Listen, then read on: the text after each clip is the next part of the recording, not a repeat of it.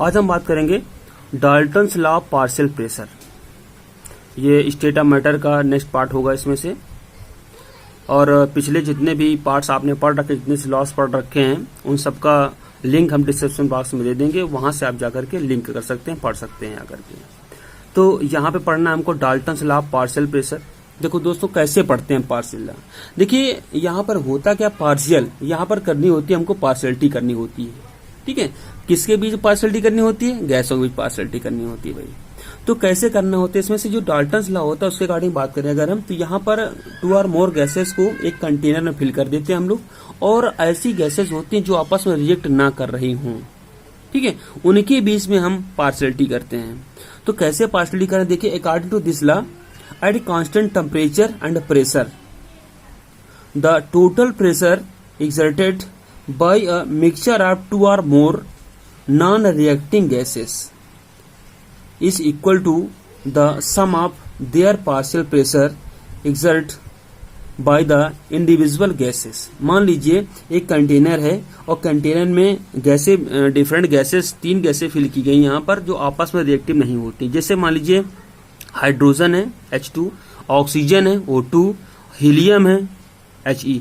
अब देखिए आप कहेंगे कि हाइड्रोजन और ये O2 तो आपस में रिएक्ट करता है, तो जी बिल्कुल सही कह रहे हैं, रिएक्ट करता है, बट ये क्रिटिकल टेम्परेचर पर रिएक्ट करता, नॉर्मल टेम्परेचर पर रिएक्ट नहीं करता है।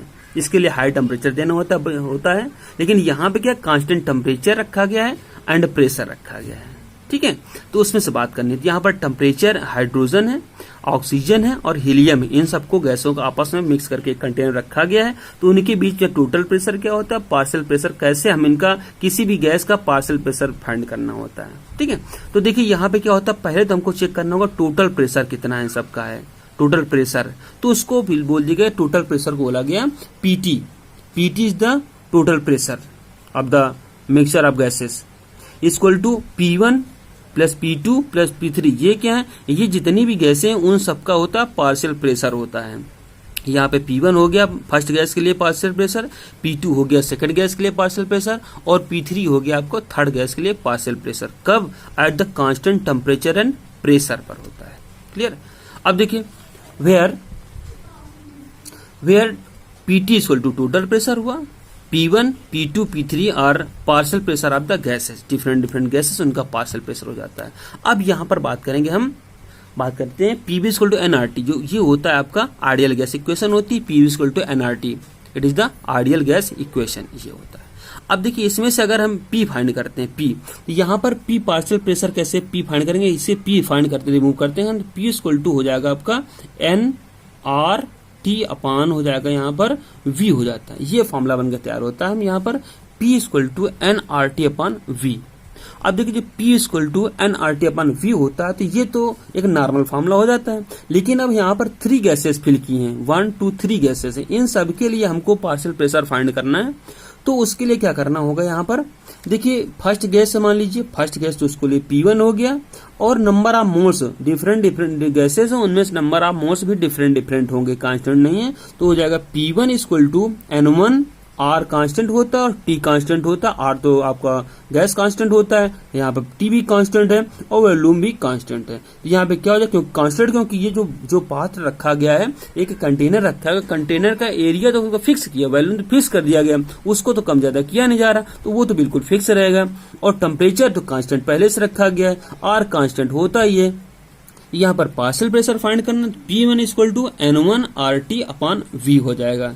ये तो फर्स्ट गैस के लिए हुआ। अब सेकंड गैस के लिए P2 equal to N2 RT upon V हो जाता है यहाँ पर सेकंड गैस के लिए। और थर्ड गैस के लिए हो जाता है आपका P3 equal to N2 R और T अपान V हो जाता है। तो ये 3 गैसें, तीनों के लिए गैस जो प्रेशर फाइंड किया गया partial pressure, P1 equal to N1 RT upon V, P2 equal to N2 RT upon V और P3 equal to N3 RT upon V find किया। क्लियर? अब देखिए क्या करना, टोटल प्रेशर फाइंड करने के लिए क्या किया गया, यहाँ पर इन सबको गैसों को आपस में ऐड किया गया। तो क्या रिलेशन बन के तैयार हो गया, यहाँ पर PT equal to partial pressure, total pressure of the gases, PT equal to यहाँ पर P1 के प्लेस पर रिएक्शन थ्रू पर P1 के प्लेस पर रखा गया N1 RT upon V plus P2 के प्लेस पर N2 RT अपान V और P3 की प्लेस पर रख दिया गया N3RT/V। तो ये फॉर्मूला बनकर तैयार होता है हमारा PT equal to small n RT/V plus N2RT/V plus N3RT/V। अब देखिए इस इक्वेशन में कुछ कांस्टेंट भी दिख रहा होगा आपको, तो यहाँ क्या RT/V कांस्टेंट लग रहा है, यहाँ पर सभी में से RT/V, तो इसको हम लोग क्या करते हैं बाहर रिमूव कर देते हैं। तो ये बन जाएगा RT/V इक्वल टू, अब देखिए यहाँ पर बच क्या रहा है N1 N2 और N3 ये बच रहे हैं आपको, तो N1 N2 और N3 को हमने अलग रिमूव कर लिया हुआ है। क्लियर ना। अब देखिए इसमें क्या करते हैं, तो फॉर्मूला बन के हमारा यहाँ तैयार हुआ PT इक्वल टू RT/V और ब्रैकेट के अंदर N1 plus N2 plus N3, ये फॉर्मूला बनकर तैयार होता है। अब देखिए इस फॉर्मूले से हम क्या क्रिएट कर रहे हैं, अब देखिए यहाँ पे क्या होता है PT partial pressure PT equal to होता है, ये सिग्मा n रखा है, सिग्मा में से होता है sum of the total number of moles, तो सिग्मा n और ये ब्रैकेट हो जाएगा RT/V हो जाता है।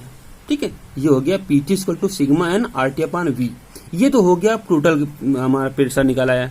अब हमको मान लीजिए किसी एक गैस के लिए पार्शियल प्रेशर फाइंड करना है, find out the partial pressure of the first gases, first gas के लिए हमको फाइंड करना है, तो उसके लिए क्या करना होगा हमको। अब देखिए यहाँ पर क्या बनकर तैयार हो रहा है फॉर्मूला हमारा, फर्स्ट गैस जो फॉर्म करना है तो भूल जाइए कि और भी गैसें उसमें से हैं। अब हमको पार्शियलिटी करनी है तो भूल जाइए कंटेनर में कि और भी गैसें हैं, तो हमको सिर्फ और सिर्फ उसी गैस के लिए फाइंड करना है। तो यहाँ क्या हो जाएगा P1 मतलब हो गया फर्स्ट गैस के लिए पार्शियल प्रेशर हो गया, अपॉन PT हो गया टोटल प्रेशर हो गया। अब देखिए P1 है, P1 की वैल्यू अभी आपने फाइंड किया हुआ था, P1 इक्वल टू N1 और RT/V, उसी को हम लोग पुट कर देंगे उसके प्लेस पर N1 RT/V।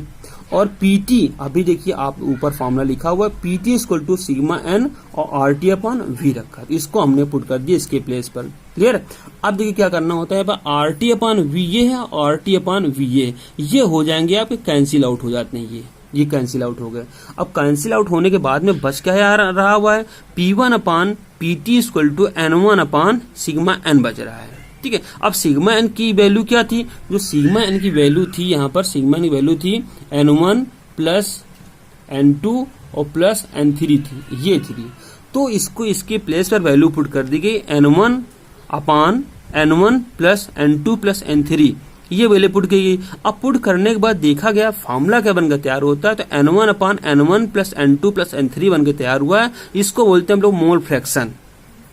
मोल फ्रैक्शन में क्या होता है, मैं साधारण सी बात बता दूं कि जिसका फाइंड करना होता है उसको अपवर्ड ऊपर रखते हैं और बाकी sum of the total partial pressure ये नंबर ऑफ मोल्स उनको हम लोग टोटल नीचे रख देते हैं। तो किस गैस का फाइंड करना है हमको, N1 का फाइंड करना है, और जितने भी गैसेस 3 गैसेस थे उनके नंबर ऑफ मोल्स को सबको ऐड कर दिया नीचे, ये हो जाएगा आपका मोल फ्रैक्शन होता है।